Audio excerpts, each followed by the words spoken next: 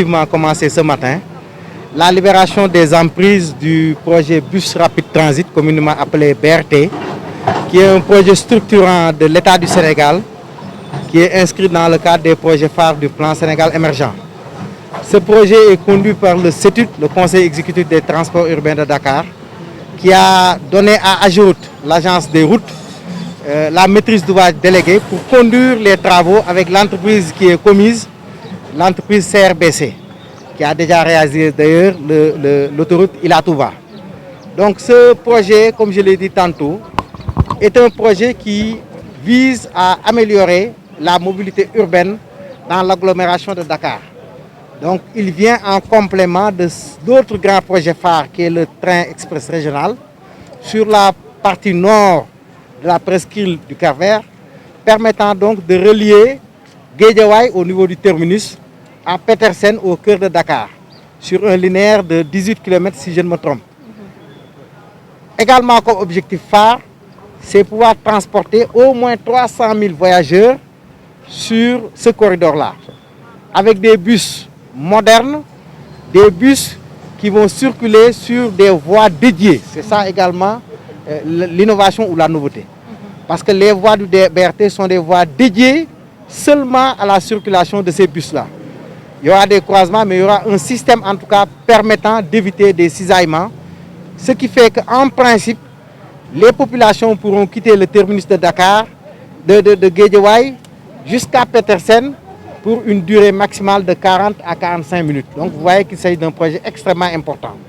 Mais en dehors de ce corridor-là, qui va être des voies dédiées au BRT, au bus du BRT, les voies classiques seront également reconstruites. Donc sur certaines parties, vous verrez une très grande route avec 6 voire 8 voies.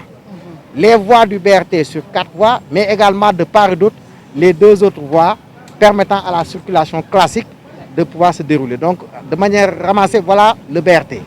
Maintenant, la libération des emprises a déjà commencé parce que le projet a été lancé par son Excellence M. le Président de la République depuis le 25 octobre, si ma mémoire est bonne, 2019. Donc le 28 octobre. Les travaux ont démarré au niveau des sections 1, 2 et 3 de Guédiawaye. Aujourd'hui, jusqu'au niveau du rond-point 6 également, vous vous rendez compte que les travaux sont en cours. Donc le travail que nous sommes en train de faire aujourd'hui consiste à libérer les sections 4 à 9 du BRT. Donc nous sommes là au niveau de la place ONU pour commencer la libération des emprises. Vous avez vu, remarquer que c'est des maisons, voire des immeubles qui ont fait l'objet bien sûr de démolition. Les arbres également, je préfère le dire tout de suite, feront l'objet en tout cas d'abattage. Parce qu'on ne peut pas mettre la route ailleurs.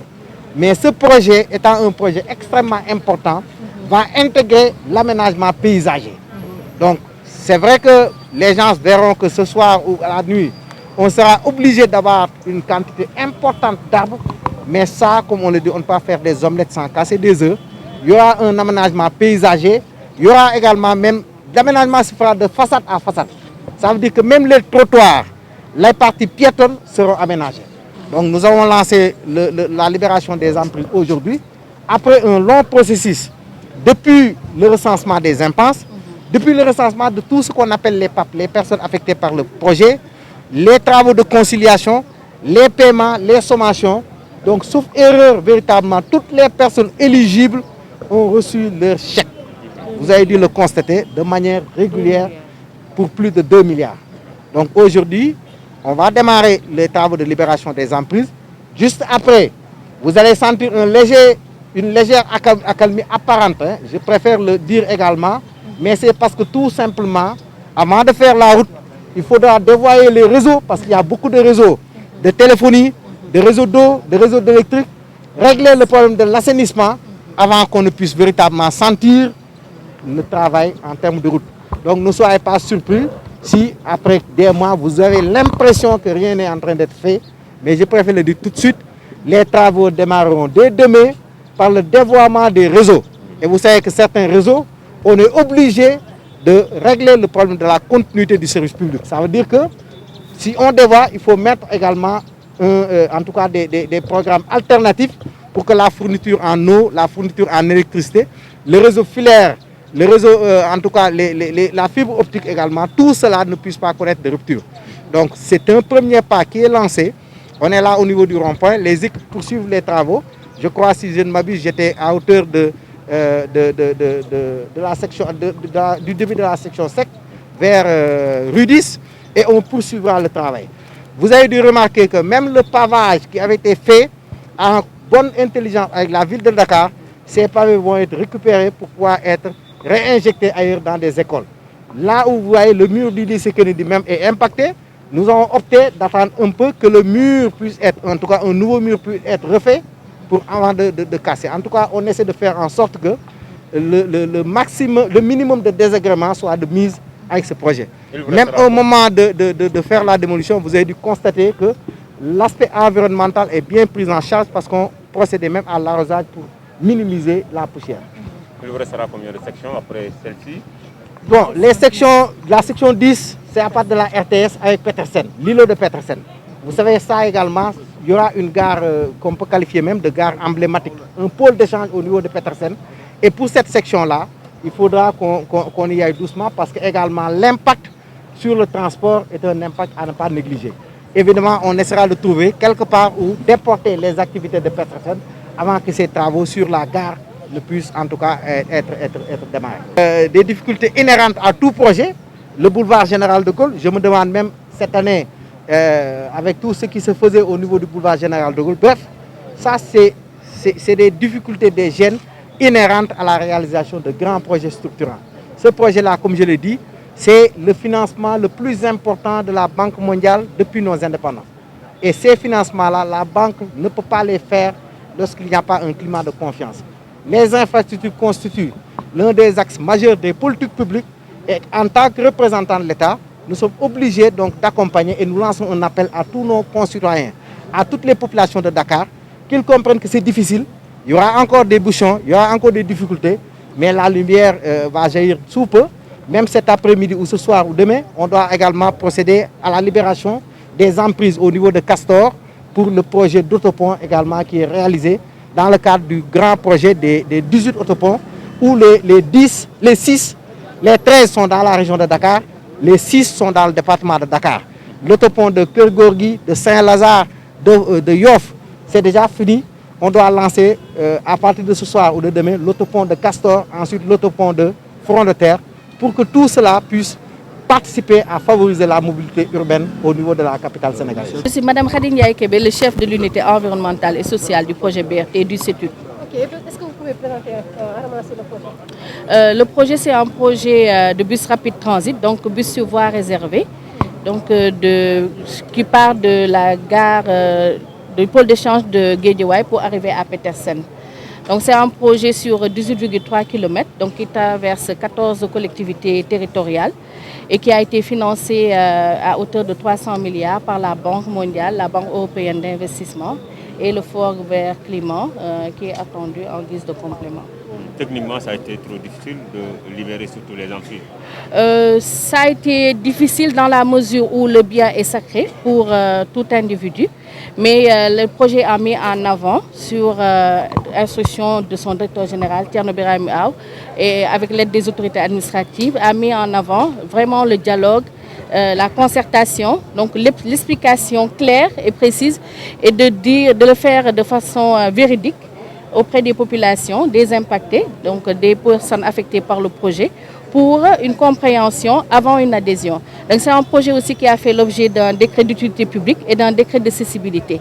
À la suite de cela aussi, pour vraiment accompagner ces impactés, le projet a recruté une ONG, donc c'est Endagenes Action, qui a accompagné ces affectés-là pour la construction de leur dossier avant de les présenter devant la commission de conciliation. Donc aujourd'hui, sur les sections allant de la section 4 à la section 9, on est sur 470 impactés, composés de concessions. Donc il y a 14 concessions, donc les 3 se trouvent ici, les 13 à Grand Yoff. Il y a 6 stations-service, donc sur le corridor de BHS à Grand Yoff. Il y a des places d'affaires, des parkings, beaucoup d'établiers, des fleuristes et des poulaillers, donc des vendeurs de volailles. Donc toutes ces personnes ont été indemnisées pour un montant global de 2,2 milliards. En sus de ces impactés, on a des équipements et des infrastructures et équipements collectifs, dont le lycée Kennedy, l'inspection d'académie et 3 mosquées. Donc il y a la mosquée Ibadou, la mosquée Paul Fouta et la mosquée aussi qui se trouve au niveau du rond-point 6. Ces mosquées, donc ces IEC en général, feront l'objet de reconstruction s'il y a disponibilité de l'assiette foncière.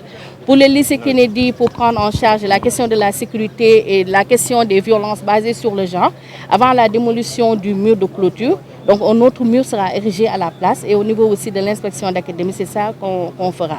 Pour les mosquées, s'il y a disponibilité foncière, le projet s'engage à reconstruire à neuf et à remettre à la disposition de la collectivité. Donc des dialogues sont engagés et pour le moment, vraiment, il y a une adhésion complète de l'ensemble de ces parties prenantes. Trop de fronts ouverts à la fois et les usagers se plaignent aussi. Oui. Transport. Ok, donc c'est un projet qui est important parce que ça permet de... c'est un projet vert qui permet vraiment de se transporter de façon... avec les commodités qui s'y est. Et en plus de ça, donc c'est un projet qui a fait l'objet d'une étude d'impact environnemental qui dispose d'un plan de gestion environnementale et sociale, d'un plan d'engagement des parties prenantes, donc pour vraiment impliquer toutes les parties prenantes, tous les acteurs à la base, les acteurs institutionnels pour accompagner le projet. En plus de ça, on a mis à la disposition des populations un mécanisme de gestion des plaintes qui leur permet, en cas de nuisance ou bien en cas de désagrément, de pouvoir contribuer à la veille environnementale et informer de façon juste l'unité de projet qui se chargera de répondre dans les meilleurs délais, donc à corriger ces manquements. Donc c'est ça qu'on a eu à faire. Il y a une coordination aussi de l'ensemble de ces projets-là parce que le gouverneur a mis en place un comité réseau qui permet de fédérer, d'harmoniser les interventions de l'État par rapport aux grands projets. Donc aujourd'hui, au niveau du projet, chaque semaine, de façon hebdomadaire, on se rencontre avec les autres projets et les concessionnaires, mais de façon mensuelle ou bien sur demande d'un des acteurs clés, le gouverneur convoque une réunion pour faire l'harmonisation. On essaiera de travailler en parfaite harmonie pour le bonheur des Sénégalais et que d'ici 2 ans, qu'on puisse vraiment inaugurer ce BRT. C'est un peu loin quand même. C'est un peu loin, mais pour ce projet d'envergure qui fait 18 km avec 3 pôles d'échange, 23 stations, donc avec vraiment une voie dédiée et un aménagement de façade à façade, je pense que c'est des délais très raisonnables.